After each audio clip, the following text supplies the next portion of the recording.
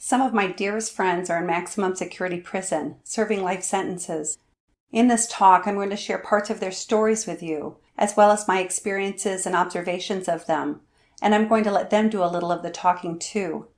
It is my hope that when this presentation is finished, you will see my friends not as men who are threatening and inherently bad or scarred beyond redemption, but as I do, beautiful souls who have gifts to offer the world, men who have survived society's obstacles and prejudices and life's repeated hard blows, with their hearts miraculously still intact.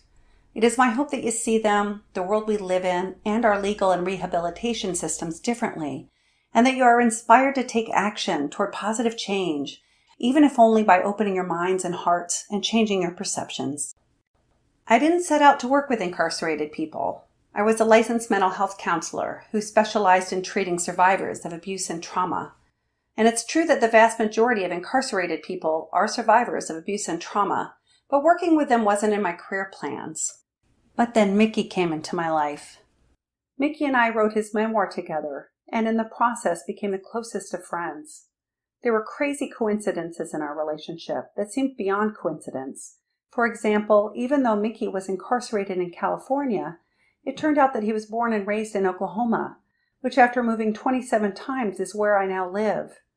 And my husband and I discovered that we'd purchased our home from Mickey's warden.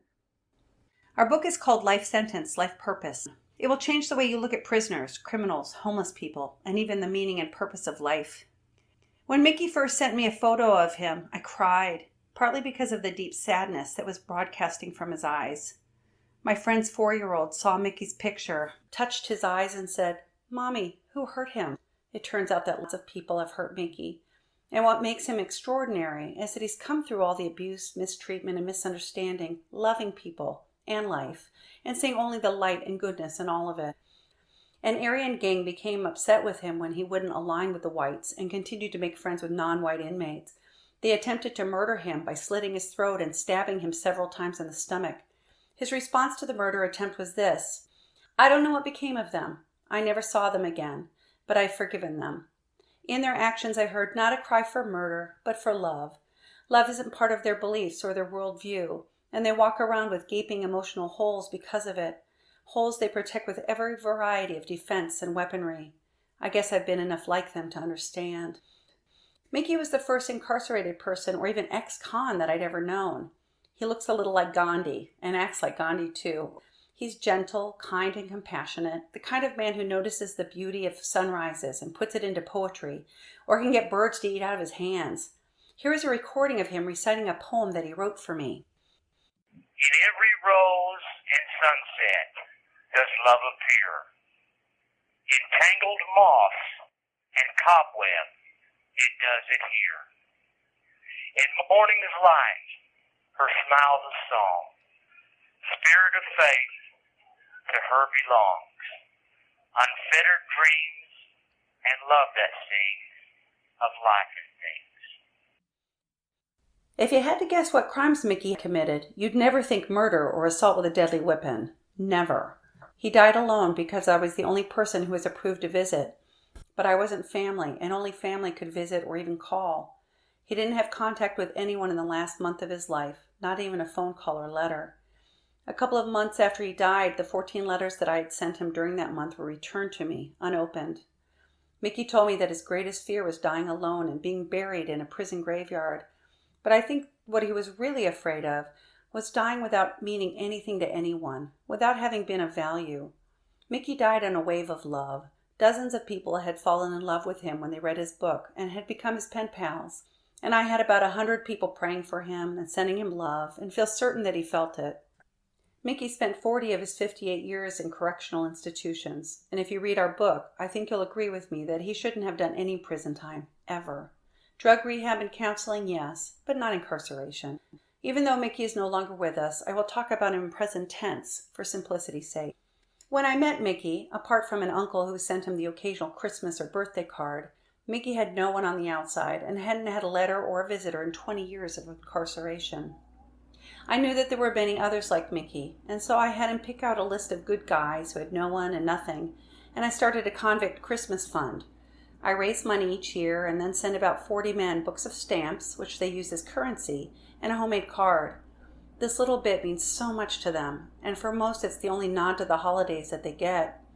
I get thank you letters from almost all of them, addressed to everyone who donated, gushing with gratitude for just this little bit. Many of the men in the Christmas fund ended up writing me, and some became close friends, and they, like Mickey, are amazing and wonderful. Only about 10% of incarcerated people get visitors, which means that on a yard of 1,000 men, only 100 get visited, and they tend to be about the same 100 people. This leaves about 900 men whose families have given up on or lost track of them, or who simply don't have the time or finances to visit. The majority of the men also get little to no mail, and most are starving for a pen pal, someone to let their prison facade down with and talk to, some connection to the outside, someone to help them feel that they haven't simply been thrown away and forgotten. I look at prison and the lives that these men went through before prison as being like a rock polisher, relentlessly pounding away their egos until their souls shine through to the surface. Here are a few of my closest prison friends, one who was recently released. These guys are all big-hearted, very intelligent, and gifted in one way or another. But what really stands out for me about them is that they are quick to laugh, to find or make humor in situations, and, like Mickey, to see the bright side of things. When you consider that most of them are serving life sentences in max security prison, their exuberance and positivity makes them extraordinary. They are also big-hearted, compassionate, and generous. I easily see where their compassion comes from, because they've had really hard lives, particularly Megan, who is transgender, Hispanic, and serving time in a male prison. So I can see how they empathize with other people's struggles, and they respond with such kindness. But life has been stingy with them, so their generosity, their willing to share what little they have and care for others seems almost saintly to me. I share a little about these friends with you for two reasons. The first is so that you won't be intimidated about working with incarcerated people. Because if you look at them as good people with something of value to offer the world, most of them will do just about anything for you, and they will shine for you. I also tell you this so that you know that they are good people with value to offer the world. You will find that they are wonderful, as long as that is what you expect from them. But patience is often required. Many of these guys have layers upon layers of self-protective mechanisms and psychological wounds and baggage. Many are struggling with addictions, because if they weren't already an addict when they got to prison, the hard, depressing conditions of prison often lead to depression and addiction, and almost none of them have money. So they may try to wrangle some money from you, and you need to be prepared for that. Be ready to respond with firmness and compassion. And then there's Tay. Tay recently pointed to a photo taken during our visit and said, "You can tell I'm smiling because my cheeks go up." I laughed and said, "Yeah, not by your lips turning upward or your teeth showing, but by your cheeks." I got a good laugh out of that. But for most of his life, Tay has intentionally not smiled, or at least not let people see him smile. For self-protection, he developed what he calls an aura of violence. So the facial expression that you and I would identify as a smile is a fairly new configuration for his face muscles, but you can see the warmth in his eyes. Tay is my current co-author. We are co-writing his memoir, and he, like Mickey before him, has become one of my closest friends. It has taken us almost 6 years of knowing each other and 4.5 years of writing on and off to get 3/4 of our book completed. On the surface, Tay has been unmotivated to write, despite the fact that he has said all along that this book is very important to him. Tay doesn't typically have motivational problems. He was at the top of a gang and had a multi-state drug business, so he's got motivation in him. It took me a while to figure out that the delay hasn't really been about lack of motivation. It's been about lack of readiness. He has needed the years and the slow pace to peel back the layers of self-discovery and get comfortable with each new level of disclosure. Tay is African American and was raised in a violent urban neighborhood. His culture is one of deep privacy. They do not tend to talk about things, especially emotional things. And most of these guys have defense mechanism on top of defense mechanism, armor on top of armor. So really getting to know them can be a painstakingly slow process. And if you're in the role of supporting them or helping them, the process can be even slower. Add to that their defense mechanisms and protective armor can make them unlikable, hard to deal with, and sometimes plain scary. And it's easy to see why people don't often respond to them with compassion, nor do they have the patience to help them unbury themselves from psychological and emotional debris. But for those who stick with these guys and gals, and who keep an optimistic outlook and an open heart, the result can be beautiful and seem almost miraculous. Under all that fight are often the most beautiful souls. Tay is one of them. I will read you a piece of the intro to our book to introduce you to Tay. My first glimpse of Tay was of his dark brown hand as he affectionately patted my co-author Mickey's pale bald head. Mickey and I were sitting at a table in the maximum security visiting room at Donovan State Correctional Facility in San Diego. Tay was standing behind us, so the hand was all I saw at first. Tay's hand was huge on Mickey's petite cranium. I looked at that hand, that one lone body part not yet connected to a face, and heard an intuitive voice that said, "This is one of the softest souls on the planet." When I later learned of Tay's very violent and not at all distant past, I'd laugh at the irony of this intuition. But even with all that I know now about Tay, and even with his own doubts about this supposed intuition of mine, at no time has my certainty about his innate softness wavered. As for Tay, he says he hopes my intuition about him is right, which right there tells me he's got enough softness in him to want that kind of softness. After noticing Tay's hand, I took my glance up his arm and saw a big and very white smile, adorned with two opalescent front teeth that I later learned were platinum and had once held diamonds. At least that's my memory of that moment, but I have my doubts about its accuracy, because in the almost 6 years since that moment, I've seen him grin a little, but never smile. But whatever his expression was, it was one of happiness, and it was directed toward a woman sharing our table. She was white and looked to be about 20 years his senior. This woman, I learned from Tay's introduction, was his wife. The two of them looked as likely a pair as a fish and a bird, but in the world of incarceration, where love feels scarce, relationships often jump the age, socioeconomic, and cultural fences more commonly found in the outside world. Their pairing wasn't an anomaly in that visiting room, and so it didn't surprise me much. Tay told me that he'd heard I'd helped Mickey write a book. He asked if it would be okay if he sent me a letter to talk about writing his life story. By that point, I had declined about a dozen inmates who had asked me for help writing their books. But there was something about Tay that compelled me to oblige him. I had an inkling that he ran deep, and that he had a story that would stand out, even in the world of maximum security prison where interesting stories abound. This turned out to be the case. Although Tay's life has been violently sensational, the stuff of urban thrillers, it's not the sensational parts that make his story riveting. It's who he is, the stark contrast between his outer and inner self, and the many beautiful surprises and contradictions therein. It's his journey that's fascinating, the reverse alchemy that turned a gifted, life-loving, sweet-hearted golden child into a gifted, violent criminal, and the bright love that propelled him out of it, that make his story exceptionally eye-opening, that make it a love story. Throughout the writing process, Tay has told me that he's very uncomfortable with the fact that people will see him differently because of what he's revealed in the book. In his world, revealing one's weakness doesn't just carry the possibility of social suicide, it carries the possibility of opening oneself to real harm. But he couldn't help himself. He has had an irresistible compulsion, a calling, to tell his story. The day I met Tay, I left the prison expecting that I might help a man write a book. What I didn't know was that I had experienced the start of one of the most meaningful and impactful friendships of my life. And in becoming friends, we have become part of one another's story. For the first couple of years of my friendship with Tay, it was a little like a game of peekaboo. He'd show me glimpses of who he is behind the mask and under the armor, then retreat back to his emotional fortress, watching through the crack to see how I reacted to what he had let me see, and God forbid if I reacted wrong. There were times when I misunderstood where he was coming from or questioned his motives, and because I didn't realize what had just happened, that he had given me the gift of trusting me with a piece of himself, and I had been wary or unappreciative of the gift, I then found his reaction to my reaction unreasonable, and then he felt totally misunderstood, which he was, and all hell broke loose. The journey of friendship with Tay has been emotionally messy and painfully slow. But there were times when we got it right, when we were in sync, and he'd show me a glimpse of himself, and I could really see what he was showing me, and what I saw was as beautiful as seeing a baby smile.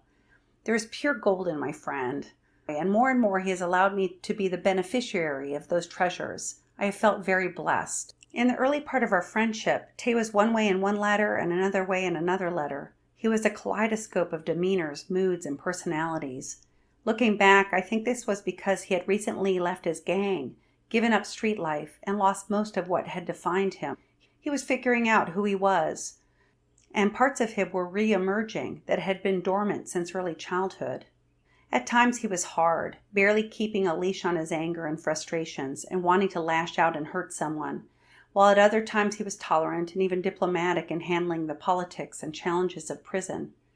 At other times he was a bit arrogant, boastful, or self-promoting, and others humble or even insecure, and he almost never held back on admitting what he saw as his shortcomings. Sometimes he was incredibly insightful and self-aware, and other times he was totally clueless and couldn't see in himself what was glaringly obvious to me, and I would bet to others as well. Sometimes he was very wise and insightful, and sometimes he surprised me, like the sympathy card he got me when he found out my father had died. Yep, I got a pink card with rainbow glitter and a baby bunny from a former drug lord and gang leader. And what was written inside was just as surprising.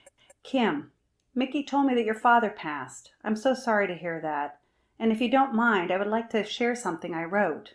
They say that that which doesn't kill you only makes you stronger. Chin up, eyes straight forward, and feet moving ahead is the motto for success.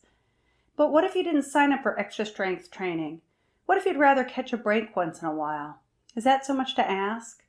At some point, you'd think you'd be entitled to a free pass. Skip this challenge. Avoid that crisis. Delete those problems. It's not that you aren't strong, or that you don't have what it takes to get through this or any of life's obstacles. You are, you do, and you will. But you've built enough character already, and it's time for things to lighten up a bit. And it will. If I were in charge of life's wheel of fortune, you'd get a free spin. I know that your family, friends, and your father, whom I'm sure was your biggest fan, are smiling on you and cheering you on. So, lady, life deals many blows, but continue to get back up and move forward, because there is a whole lot of good waiting for you. I know you've got a whole lot on your plate, but if you find a minute, drop me a line, and may your father rest in peace. Take care, Tay. Ironically, months later I would learn that while Tay had been encouraging me to keep on keeping on and to believe that there was good awaiting me, he himself had been in the midst of a consciously orchestrated slow suicide. In other letters, Tay would tell stories about his gang days with the energy of a young boy talking about a superhero adventure, and I could tell that he longed for the adrenaline as well as the feeling of importance. For example, me and Michelle were driving her 300Z, and when we came to a stop, a car pulled up next to us. There were 4 guys in the car checking us out. I could tell by their posturing that they were holding guns aimed our way, so I proceeded calmly. "What's going on?" I asked, and they informed us that their friend's 300Z had been stolen, and it looked exactly like the one we were driving. I told them that this car was ours, and that I didn't need to be stealing anybody's car. They were little homies from my neighborhood, and I knew who they were right from the gate, because I had run with most of their older brothers or uncles. They knew me by name and reputation as a shooter, but they didn't recognize my face, partly because I'd been in prison for most of the previous 4 years, give or take a few months. We went back and forth for a few minutes, and when they found out who I was, they got worried, started apologizing, and offered me $500 for troubling me and my woman. True story. However, in most of Tay's letters, he was humble and matter-of-fact about his accomplishments, which by street standards were considerable. And when he talked about gang or prison life in these letters, it was highly factual and obviously designed to educate. He told me that the role of educator had been his favorite role within the gang. At the time, he was still occasionally teaching Swahili to fellow inmates. And I could tell from his letters how much he enjoyed teaching me about his world, including basic Swahili words. He was detailed in his descriptions and endlessly patient with my questions and misunderstandings. He loves children. I watch him watching the kids in the visiting room, and it's the closest he ever comes to smiling. And he busts out laughing at their antics. I can see how his endless patience and love of teaching would have made him a fantastic father, and I feel sad that he hasn't been able to father in the traditional sense. While Tay was very candid and open about some things, it was obvious to me that he kept things from me. He omitted details about his life that interested me, and one of my pet peeves was and is that he would almost never answer my questions. It was quickly clear to me that Tay talked about what Tay wanted to talk about and only when he wanted to talk about it. At times he would stay on superficial matters for so long that I would give up on getting to know him any better, and then he would suddenly decide it was time to reveal more, and when he did, it was often a big reveal. In many letters, he emitted a vibe that was real, pure, and soulful, while in others he would say things like, "Am I less than human because I'd rather work out a conflict with a gun than do it diplomatically?" Or there was the time he justified knocking a guy unconscious for disrespecting him, saying, "At the end of the day, all I've got is my word and my balls." Some letters left me wanting to be his friend, and others did not. I'm embarrassed to admit that even as a former psychotherapist, it took me months to figure out that Tay was grieving. Perhaps a year into our friendship, he told me a story in which he so romanticized gang life that I thought, he talks about the gang like a long-lost love. And then I thought, oh wow, the gang is a lost love for him. He's grieving. I couldn't believe I had missed it, that this was going on for him. I mean, how could a person who had lost his identity, his known way of life, the activities that had previously filled his days, and the friends and bonds that had surrounded him for most of his life not be grieving? That was a humbling moment. He grieved a little differently than most people, but more importantly, he grieved for things that are difficult to understand. Most of us don't understand why someone would grieve a way of life filled with what looks like senseless violence and killing and little substance or purpose. But he was grieving, and deeply, to the point I later found out that he didn't want to live anymore. In the almost 6 years that I've known Tay, I've discovered that Tay's love for those who love him is extraordinarily unconditional.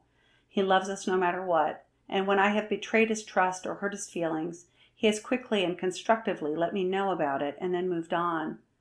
He's that way with all his close friends and family. Tay is also brilliant. I mean, the kind of brilliant that does advanced Sudoku puzzles in about a minute, in pen. And like Mickey, he's a bookworm. He started reading when he was placed in solitary at the age of 14, when he was serving time for murder. He read everything he could get his hands on, and has kept reading ever since. He's read just about everything, from romance novels to urban fiction, to religious texts, to history, philosophy, and even some self-help. Tay is also entertaining. He's a great storyteller and a magician with card tricks. But probably the trait that I find most endearing is that he loves to cook for people. He has rigged his locker shelf so that it is a grill, and he makes the guys a prison version of a deep dish pizza and all kinds of burritos, all with unique ingredients and seasonings. And he makes no-bake pies for the guys' birthdays. It's sweet. I focus on Mickey and Tay today because they each represent one of the two primary types of people who fill our prisons. Mickey represents the drug addict, who is most often self-medicating an underlying mental illness or emotional trauma, and Tay represents the violent urban youth, typically a low-income ethnic minority and most often dealing with underlying emotional trauma. On the surface, Mickey and Tay are almost polar opposites, but they are both prison lifers, not only in that they are serving a life sentence, but they both began their journey of incarceration very early, at the age of 11, and they both struggled with the same underlying issues that propelled them into the kind of self-destructive and self-defeating behaviors that land a person in prison. Mickey and Tay are like each other and the majority of incarcerated people, in that they have struggled since early childhood with low self-value. Some of this low self-worth comes from society's stereotypes about and disdain toward people from low-income neighborhoods. Both of them also had the added stigma of having teenage parents, and on top of that, Mickey's father was incarcerated for most of Mickey's childhood. In Tay's case, there were the added stigmas about being black, and particularly a black male. Mickey says, "I could tell, even as a little kid, that people looked down on my family and thought we were trash. But when I was 11, I was caught with marijuana and sent to a Christian school for, quote, wayward boys. And it was the first time someone confirmed what people thought of me and my family.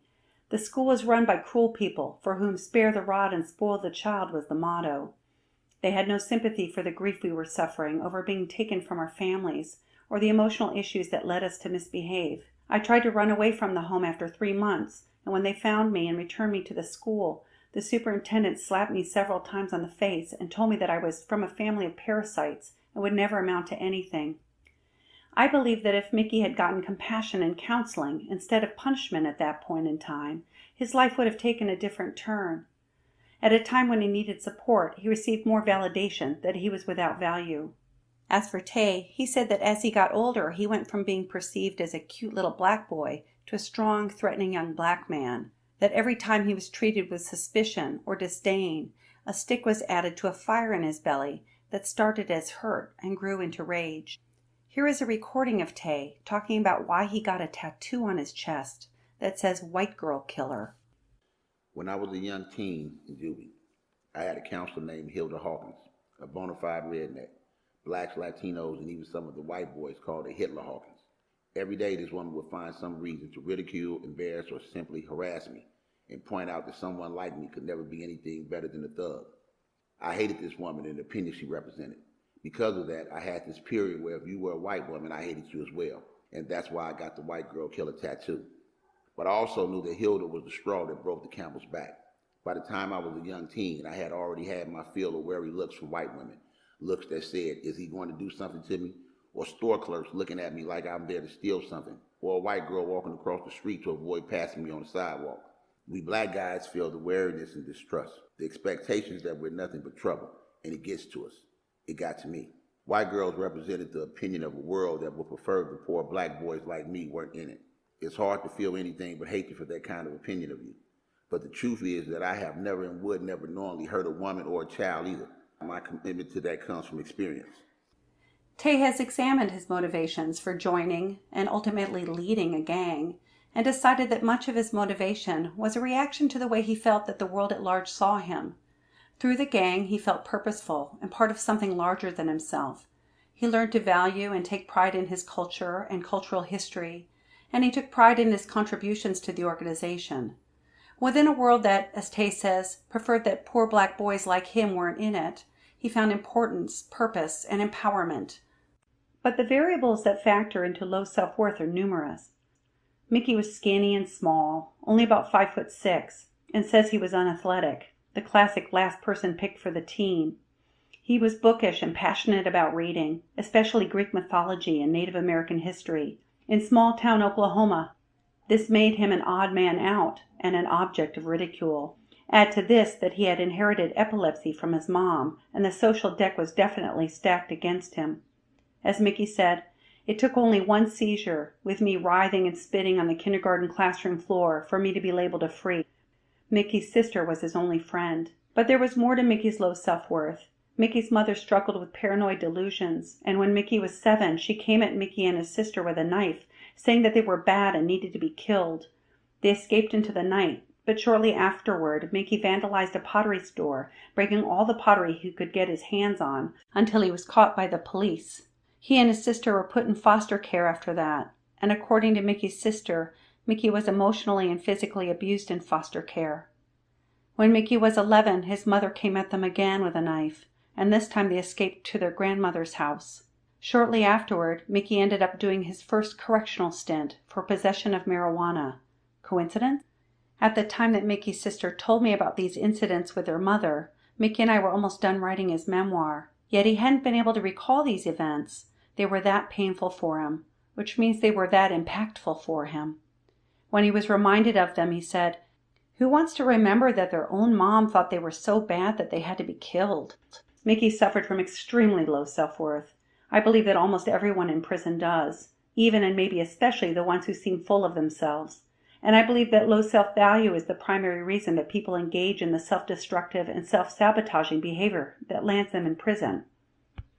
As for Tay, until he was 7, his father was a good, involved dad who showed love by teaching Tay how to fish, ride a bike, play ball, and take care of their pet pigeons. According to Tay's mom, his dad prepared Tay breakfast and got him ready for school, while she worked and went to school. According to Tay, he worshipped his father. Then, at age 5, his dad began beating his mom, and at 7, Tay's dad raped him and threatened to cause Tay and his mom real pain if Tay told anyone about it. His dad continued to rape and molest Tay and allowed his friends to molest Tay for about 2 years, until Tay's mom had the courage to leave. Tay says about his dad's rape, "That day, my dad abandoned me as a father. I don't know what I was to him after that, but I wasn't a son. I wasn't someone worth taking care of, loving, and protecting." After over 5 years in friendship with Tay, he admitted that he had never liked himself much, and when I asked what he does like about himself, it took him a couple of minutes to come up with, "I like that I was always curious and eager to learn, but I've lost that eagerness and curiosity lately. I don't know why." It broke my heart that the one thing he could come up with was something he'd felt he'd lost. Low self-value, a belief that one is useless to this world, is a powerful driving factor in misbehavior and other self-destructive behavior.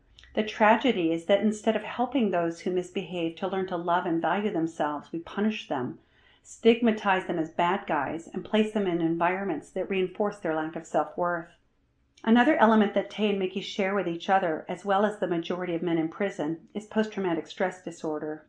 Both endured major emotional trauma, Tay being raped by his father and Mickey's mom attempting to kill him twice, and they endured other traumas that compounded their very personal ones.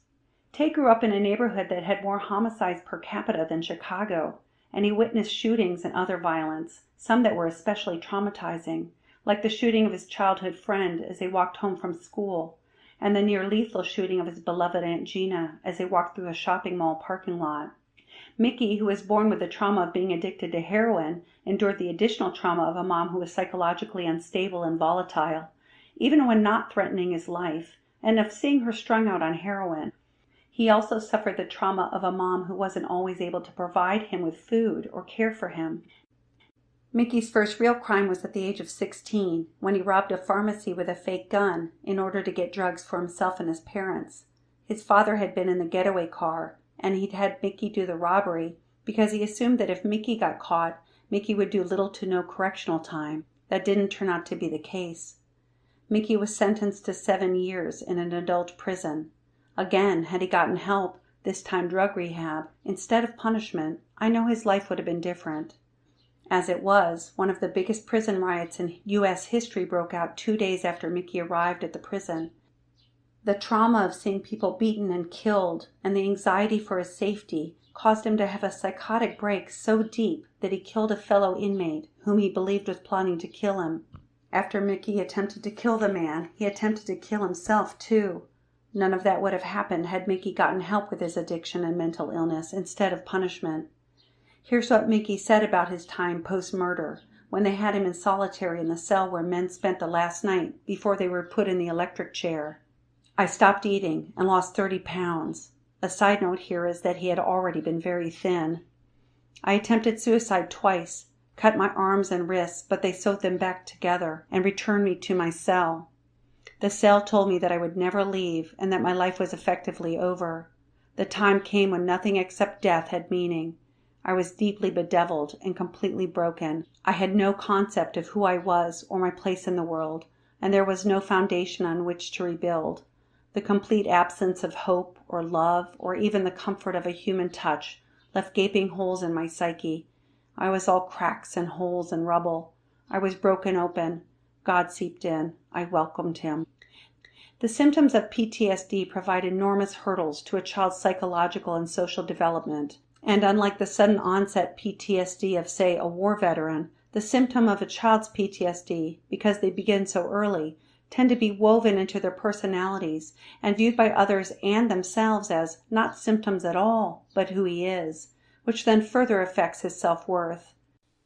The symptoms of PTSD tend to have a ripple effect. For example, at 14, Tay found that being on the trigger side of a gun helped quell his anxiety and took him from victim to victor when it came to perpetrators. He said that once he'd had that feeling, he made sure that he never again felt the vulnerability of being without a gun. It wasn't long until he gained the reputation as a shooter. This is a common trajectory in violent neighborhoods. Add to this the fact that most kids with PTSD disassociate from their emotions and describe themselves as feeling dead inside or numb. For many, the cathartic emotional rush of violence and being victorious in situations that mimic their original traumas can be the only time that they feel alive or feel much of anything at all, which further enhances their dependency upon and love affair with violence and weaponry. The irony, however, of finding a balm for their anxiety and violence and guns is that the use of both exponentially increase their chances of coming to harm or even death.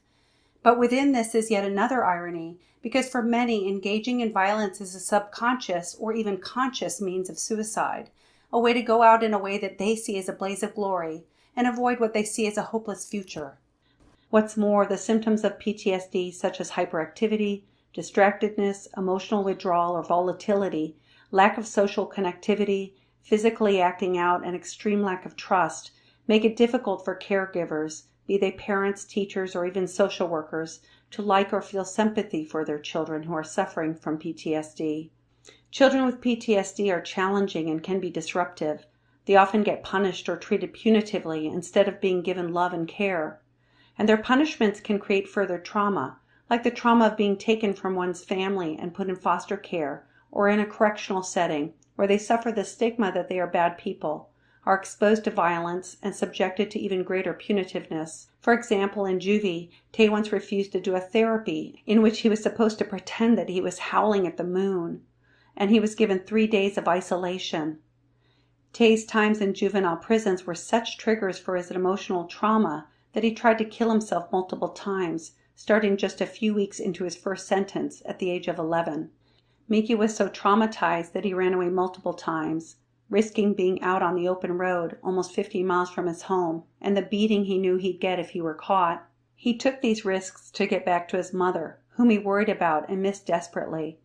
Both responded to the trauma of their correctional punishment by further withdrawing into themselves, trusting the world less and hating it more. Another commonality that Mickey and Tay share with each other and the majority of people in prison was the lack of a healthy outlet for their emotional pain. Someone to talk to who responded in a productive way, or permission to feel what they were feeling. Both stuffed their grief, pain, and fear, numbed it, and channeled it into destructive behavior. Tay numbed his pain and anxiety with marijuana, which he began using at age 9. He was a chronic user by 11. Tay says, "My father told me that if I told my mother or anyone about what he was doing to me, he would show me and my mom what real pain was. I didn't take that as an idle threat, but even if my father hadn't threatened me, I still wouldn't have told anyone. In the streets, we were taught that to expose yourself as having been a victim of any circumstance was to expose a weakness that others would take advantage of. We never got the chance to take care of the pain that came with our trauma. Most of us got creative, trying to hide that part of our lives. I know I did. I viewed everyone as my enemy and wouldn't allow anyone to get close to me. We all have our defense mechanism, and mine was always violence or keeping an aura of violence around me. I understood that by pushing people away, I was not giving myself the opportunity to get to the core of what was going on with me. But I didn't feel like I had a choice. I held it all in and let it fester into something monstrous. I had a lot of emotions bottled up, but anger was the only emotion that was acceptable for in my neighborhood. So I channeled all of it, grief, sadness, pain, and hopelessness, into anger. By the age of 12 or 13, I felt the hatred for the world so fierce and violent that it hurt to look into another person's eyes. I began acting out and was so totally lost and unyielding to my mother and everyone else that all they could do was pray for my soul. But it doesn't take this kind of pain to set a kid on the path of destruction. Growing up poor, surrounded by people who feel hopeless, who lack belief in themselves, who work hard for little, who battle with depression and addiction, and underneath it all, very low self-worth. Growing up in a community where violence is commonplace, where brutality is just what is. These things can take a serious toll on a kid, especially when he feels like there's no safe place to talk about it or doesn't know how to talk about it. As for Mickey, the cruelty that Mickey experienced exacerbated his inherited disposition toward paranoia. He isolated himself socially to the point of being a recluse and numbed himself with drugs starting at the age of 11. He was an opioid addict by the age of 14 and at 15 began criminal activity to support his habit and the habit of his parents. One of Tay's primary PTSD symptoms is anxiety about his own welfare and the welfare of others. He won't rest easy until he knows that someone has made it safely home. He's prone to freak out with worry if someone isn't able to answer his calls, and as much as he treasures visits, he asks that people not drive out to visit him if it's raining. The added dangers and violence of correctional institutions and his lack of control to escape them was so traumatic for him that the only way he could see to escape them was through death. Additionally, his lack of ability to oversee how his mom and other loved ones were doing in their day-to-day lives took a heavy emotional toll on him. In Black and other minority communities, the policy is normally what goes on in my house stays in my house. They're afraid of being judged. They don't want people to know that someone in their family is struggling with emotional issues or dealing with a trauma because they think people will label them as crazy. Everyone is so worried about what the next person thinks about them that they refuse to get help. This was said by Elizabeth Gerald, whose teenage daughter died by suicide after being traumatized by rape. And Dr. Kimia Dennis says, contrary to popular belief, African Americans are extremely traditional and place heavy emphasis on morality and religion. Generally speaking, African Americans tend to attribute emotional trauma as resulting from a lack of faith or as a side effect of an unrighteous life, and therefore something that can be ignored or fixed through meditation rather than medication, prayer, or some equivalent. This attempt at self-healing can also span into substance abuse, overeating, and violence. She goes on to say that most health experts are not African American or other minorities, and as a result it can be difficult to seek professional help when the health experts are not familiar with one's culture or don't have training in addressing cultural variations. She says many health experts can then be unintentionally patronizing and condescending, creating obstacles to minorities when they attempt to get help for their emotional and psychological issues. And in poor, small-town communities like Mickey's, being perceived as strong is just as important, and counseling is simply not a normally accepted part of the culture. But even if it were, the availability of free or affordable counseling is limited, particularly with experienced and adept counselors. For both Mickey and Tay, their rehabilitation came not from a rehabilitation system, but through the healing power of love and being treated as someone of value. Look at the difference in Mickey's eyes in these photos. You can see the healing power of love. One was taken when he had no people on the outside, no mail, no visitors. The other was taken after I began visiting him, after people who had read his story had become his pen pals, and after he'd been reunited with the only woman he had ever loved romantically, as well as his sister. As Mickey wrote in our book, the healing power of love began for him during his despair and despondency after he killed a man. He felt God's love seep in, and it began to change him. At that time, he befriended an inmate in charge of cleaning the death chamber where Mickey was then housed. And this inmate got him into yoga and spirituality and connected Mickey to a couple who ran a national prison ashram project founded by Ram Dass. Mickey became pen pals with this couple and was featured prominently in their book, We're All Doing Time, which for the first time in a long time gave Mickey a sense of being useful. But the big healing came when Mickey and I became friends and wrote his story together. He became Uncle Mickey to my kids and an instant part of our family. He mattered to somebody. And he got such kudos for his book that he felt good about himself and his contribution to the world. A high school junior wrote to us saying that she listed Life Sentence, Life Purpose as one of the top 5 books that most impacted her life. Feedback like this made his heart soar, and reuniting with his sister and former love healed those relationships along with his heart. Mickey not only felt loved, but more importantly, had avenues through which to be loving and to be of value. He was a great support for me and those close to him, a wise spiritual counselor, a yogi who lived in a cell. In our 3-year friendship, before Mickey died, I never once saw evidence of paranoia, any psychotic symptoms, or even agitation. Centered in spirit and with channels for love all around him, he no longer needed psychotropic medication. As for Tay, I will let him tell you himself about how love and having someone to see the good in him began his healing and transition into legitimate life. But let me add that I believe that the fact that his wife represented the white majority, whom he believed had stigmatized him, made her positive regard for him all the more significant and healing. Had I not met my wife Laura, I may never have entertained the idea of leaving the gang and criminal life. Since childhood, everyone had preconceived notions about who I was. Laura didn't come with those stereotypes and patiently let me show her who I am. She helped me see the underlying good in me and the same underlying good in others.